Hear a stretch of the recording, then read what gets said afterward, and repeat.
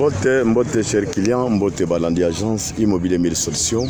Encore une fois, Nzambe à Pambolabino. Nayebi que vous allez très bien partout. Nzambe a battu les bino.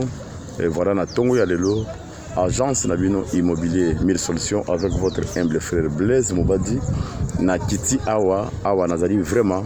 Na quartier Bazobenga OCC.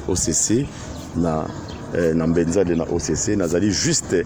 N'est-ce pas, la route principale Oyo Balingba Bandarochadia Makadam na Balabala Oyo. Quand vous regardez ici, donc on a allé à peu près dans le boulevard Tia, vous avez 200 mètres à boulevard. Donc on a allé prendre la route principale à OCC. Route ya Oyo Keti et Mati, di na cité Bazobenga OCC, Bazomona Likolo, kuna wana kuna cité. Donc on a allé à peu près, n'est-ce pas, il y a 200 mètres na boulevard, on a besoin de déjà boulevard. Nazali penza awa na yeko sala bino émission moko immobilière awa.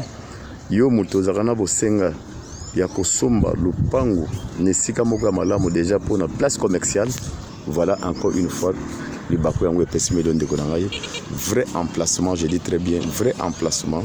La route principale et si ko sala activité commerciale et si ko tia biloko ne pona koteka.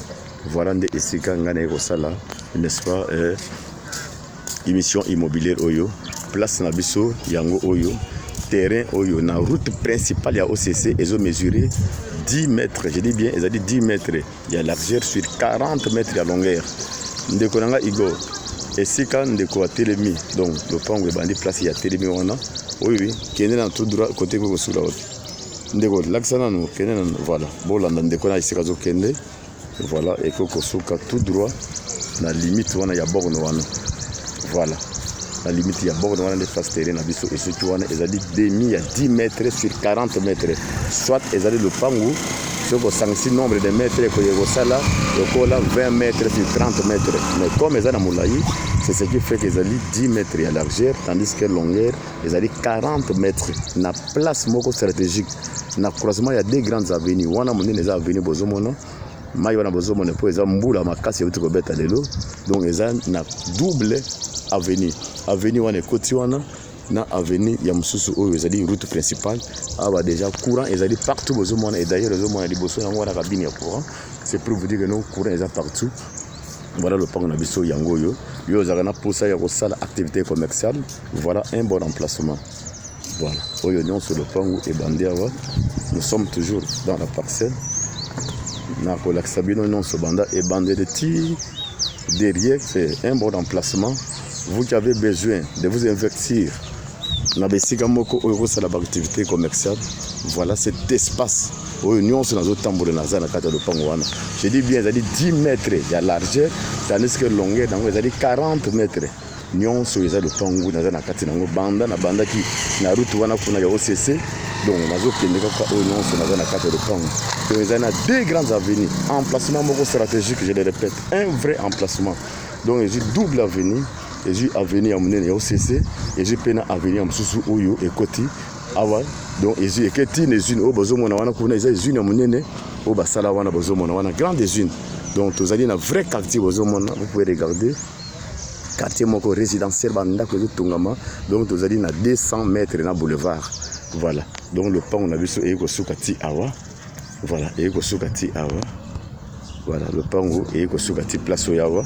Et c'est quand de quoi Télémi. Qu'on a pu Ekosukati place Ndakowana Ezali. Oyo na Simanango Eza venu, Yamoune Kenda déjà. Oyo Peza a venu, ils ont continué. Oyo Pe Ezali a venu amener les Bimikuna. Donc Eza le pan Mogo Eza na croisement, il y a des grandes avenues. Ndekonangai.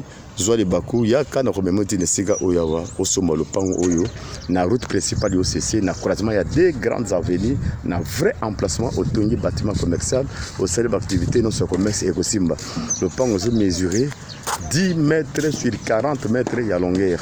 Awa, le pango oyo, na vrai emplacement, il y a Boinde Konangai. Ozanga Mabako, mais les Bako, il faut rater pour votre information.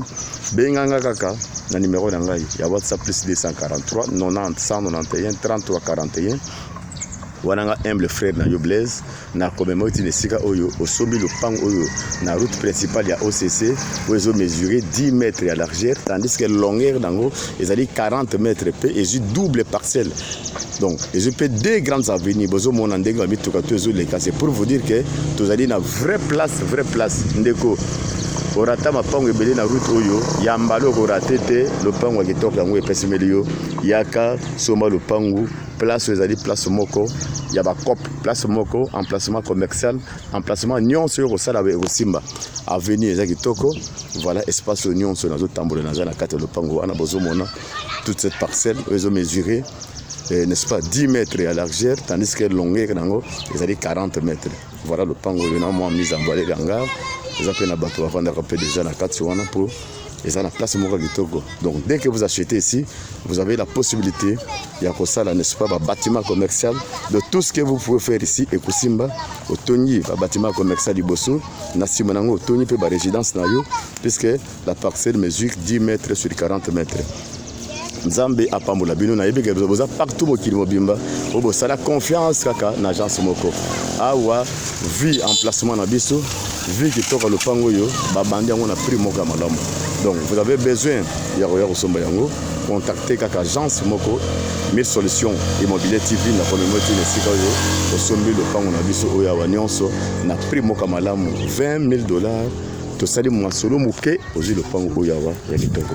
Merci beaucoup, que Dieu vous bénisse richement. Je vous répète, 20 000 oye toyokani de solo moke au sommet le pango oyo na place commerciale na entrée à OCC et na commune Nsele précisément na Benzale. Merci encore une fois, à la prochaine. Que Dieu vous bénisse richement.